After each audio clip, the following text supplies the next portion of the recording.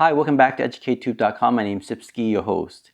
In this video, I want to talk about portable DC car inverters, like these ones here. They're under 80 watts, so they're able to power your small laptop, your smartphone, and other smart devices.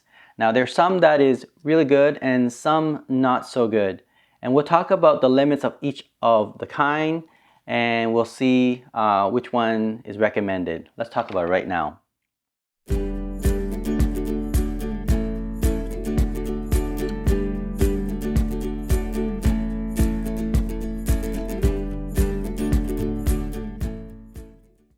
Alright, so let's talk about two main types first, and I'll look at the variation of these types.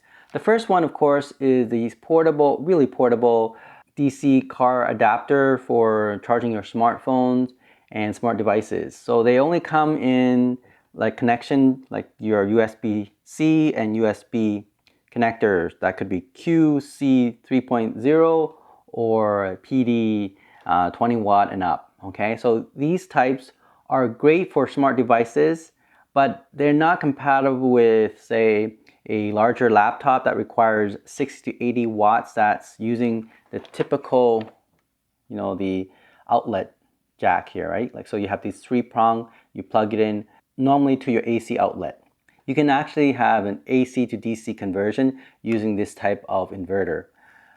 But here's the problem, right? So with these types, if you have just smart devices, then that's great. And when you plug it into your car jack or any type of portable battery bank like this one here, this is a powerful power station. And let me turn it on. Okay, so here I have the power station. And if I want to say add more of the USB-C, I just connect to here. And imagine if this was your car cigarette lighter plug, and you plug this module in there, you can now charge your smartphones and smart devices. So notice something, that the reading on my voltage meter here that's built into this power station is 0. So that's a good thing. That means that it doesn't take a lot of current running through while this is on standby, as you can see here, right? This light, I'm sure there's some current that's running, but it's very little. As it said here, 0 watt hour. But here's a problem. If you're using a inverter that actually has the outlet like this one here, it does actually increase the amount of current running through it. So it's using some power. And you can see here, it's a 1 watt. So 1 watt hour is being used up even though it's on standby. This is actually one of the efficient inverter that only uses 1 watt hour while it's on standby. There's some that's really bad. Okay, let me show you one that is pretty much unacceptable. Here we have a 30 watt system. So it has this outlet. Now 30 watt system, what kind of outlet would plug in? I'm not sure. Now devices, when it's 30 watt, they actually uses USB-C. So this is an old technology. However, some of you may have this old technology and need to plug it in. If you do that, look at what happened here with this type of 30 watt. This is a eliminator, the Mastercraft edition. And then if you connect it, let me show you quickly. You can see it's saying 3 watt. So on a standby, this little inverter, 30 watt, versus this one here, this is 75 watt. This only uses 1 watt hour on a standby, and this is 75 watt system. Whereas this one is a 30 watt system and is using 3 watt hour. So if you have your car on and you happen to turn this, it will definitely drain your battery. Or let's say you have a power bank like this one here, and it's going to drain your battery. So just be aware of that. Yeah, some inverter are more efficient than other.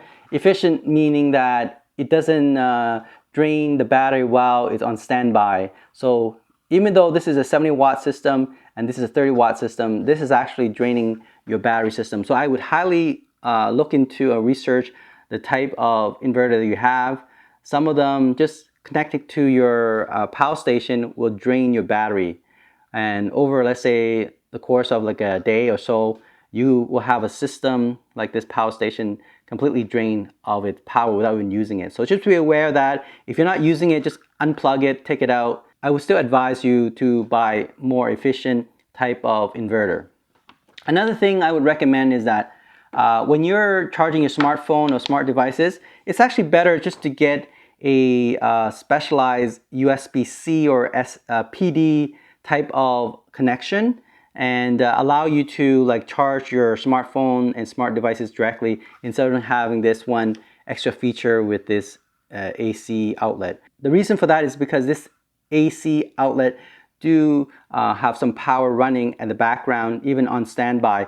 But this one here, it does do that as well, but it doesn't use that much wattage. So as you can see, when I plug it in, and it will say, let me show you quickly, 0, okay? So 0 wattage. Now I know that is using some watt hour system, but it's very, very tiny. It's probably only for the light here, but it's not showing up as being 1 watt hour like this one here, okay? So if you're going to be using it for charging your smartphone or smart devices, or a device that uses USB-C, like a laptop that does do that, then yeah, go for this type of DC car adapter that has USB-C and all the USB connector here, okay? It's probably better, it's more efficient.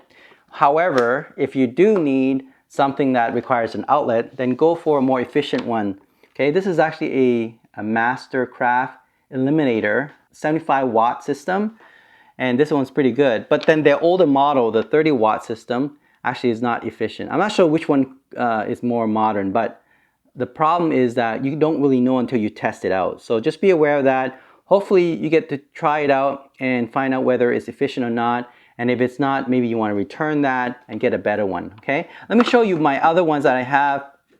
Here I have a USB connection to the car outlet, and you can see that you have 4 USB connector. So this is specialized just for connecting USB devices. But let's plug it in and see how much standby power does it uses, okay?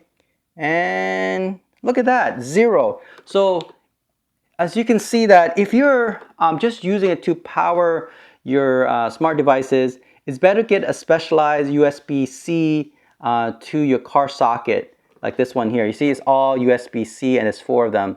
So it doesn't drain your battery. It's only set, see it's 0 wattage here. Whereas here, I have another one that has a outlet, just the outlet itself. Let's see how much power it used during standby. Yeah, see it said 3 watt here, as you can see, 3 watt. And that's not good, right? Because if you're not using it, make sure you unplug it. Otherwise, it will drain your battery, and that's not a good thing. So in conclusion, if you are going to use your smartphone or smart devices that uses USB or USB-C or PD connection, just go for the specialized USB-C car adapter like this one here. And if you do require a outlet like this one here, then make sure you unplug it if you're not using it and plug it back when you're using it. It does use a bit of energy while it's on standby. Okay, so that's for portable DC car inverters. Hopefully, you learned something, because that's what I found out, that it does matter what type of DC car adapters you have. Some are more efficient and some are not. So just keep that in mind when you're purchasing it. Thanks for watching. Don't forget to subscribe and give me a little heart of appreciation. Bye.